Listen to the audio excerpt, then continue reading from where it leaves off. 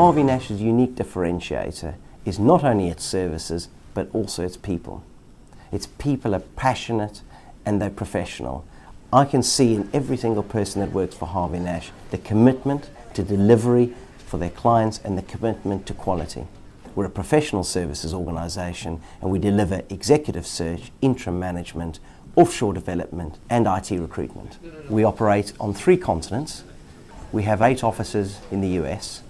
We obviously are based here in the UK and we operate throughout Europe. In addition, we have 5 offices in Asia.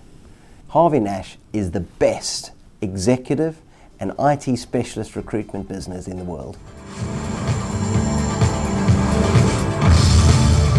I'm delighted that this conference's speakers are global, and the theme of this conference is that globalization is a fact, that globalization is here to stay, that the real question is whether it is well managed or badly managed.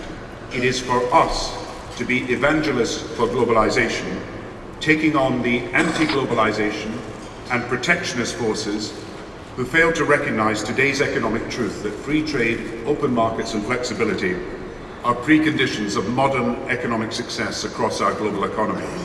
If you look at the very bottom of the value chain where people are simply not skilled, they're not part of the skilled workforce, business does have a responsibility to raise skills proportionately where the workers and the managers and the technical talent are. So an ongoing process of learning and development, whether you're simply at the bottom of the labour pool and you desperately need skills that will get you employment, all the way to the top where you may be a top manager in a British company, but you need to attune your globalization skills and understand the bigger issues affecting the planet and global business. I think we are now finding that the managed migration that is taking place is responsible for some of the growth that we are achieving.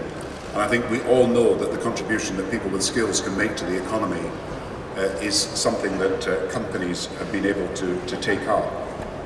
We are for managed migration.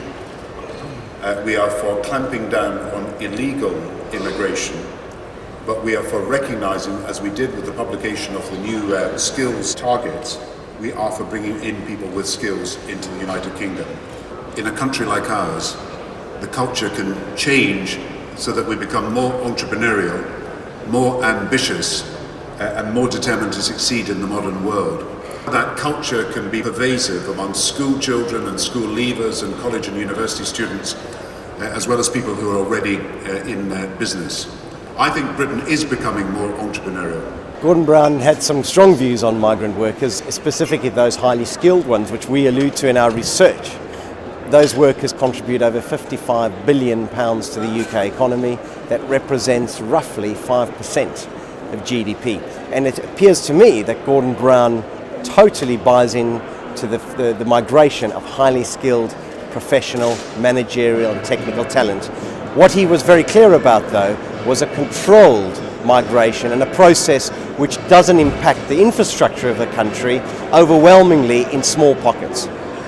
If you look at what Gordon Brown is saying this morning about skills, I mean, mostly it kind of goes over our heads. It's Lord Leach's review. It sounds like a lot of politics, but I bet that as we leave here this afternoon, around the dinner tables as the lights go out and as we enter the evening, we don't talk about global companies and ownership.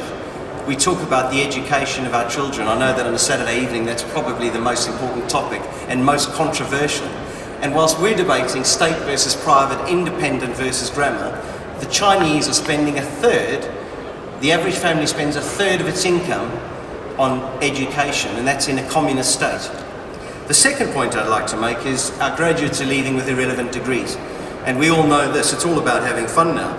In Vietnam, where we have a significant presence, 15% of the population that are leaving Vietnamese universities are doing other subjects other than maths and science, and 84% do maths and science. In this country, it's exactly the reverse, and we know that to be the case. We are a free trade country. We believe in open markets. We are for flexibility. To succeed in the global economy, we will have to combine that with investment in education and innovation. It is bringing these things together with a vision of an advanced industrial economy that is for free markets, open trade, flexibility and investment in its future that we can persuade all those who are either protectionists or those who would not want to support free trade under any circumstances, that this is the right way forward. And I do believe we are in this together. It is the mission of Britain in the modern world to persuade the rest of the world that that is the right way forward to meet the challenges of globalisation. First, of course, we've got to have an agreed consensus ourselves. The competitive edge I believe that Harvey Nash is simply the fact that our brand and our values speak so clearly to our clients and also people and customers and companies who are not our clients. The Harvey Nash brand is well known, but I think that most importantly it's the professionalism and the integrity with which we bear that brand so proudly, and that our clients overwhelmingly tell us we're professional, we provide the service in a way that they feel they're getting value.